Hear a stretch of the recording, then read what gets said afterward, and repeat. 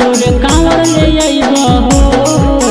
सुनो ये भोले बाबा जोरे कांवर ले आइबा हो।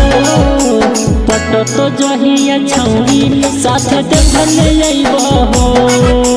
पटो तो जहिया छौरी साथे देवघर ले आइबा हो। सुनो ये भोले बाबा गांजा भांग चढ़ाइबा हो। सुनो ये भोले बाबा गांजा भांग चढ़ाइबा हो। पटो तो जहिया छौरी साथे देवघर ले आइबा हो। पटो तो जहिया छौरी साथे देवघर ले आइबा हो।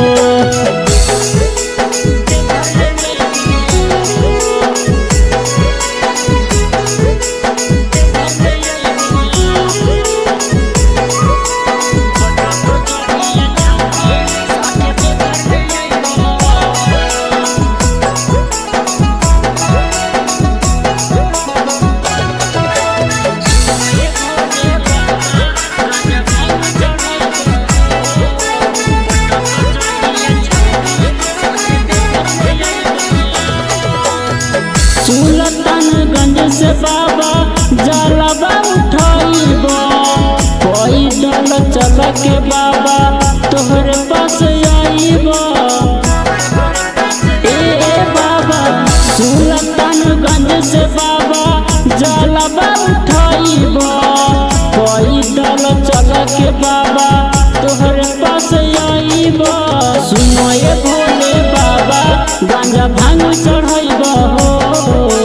सुनो ये भोले बाबा गांजा भांग चढ़ाइबा हो। पटो तो जहिया छौरी साथे देवघर ले आइबा हो। पटो तो जहिया छौरी साथे देवघर ले आइबा हो।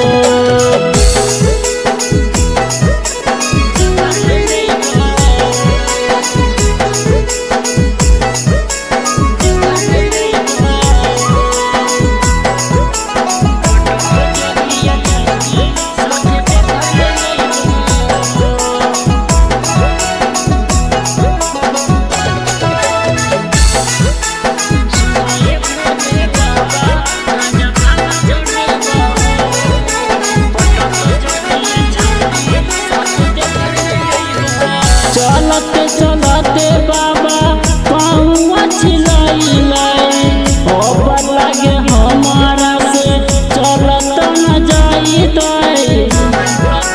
ए बाबा चलते चलते बाबा पाँव छिलाई अब हमारा से बाबा दुख न सही। रोहित विष्णु के बाबा ऊपर कृपा बनैहा हो।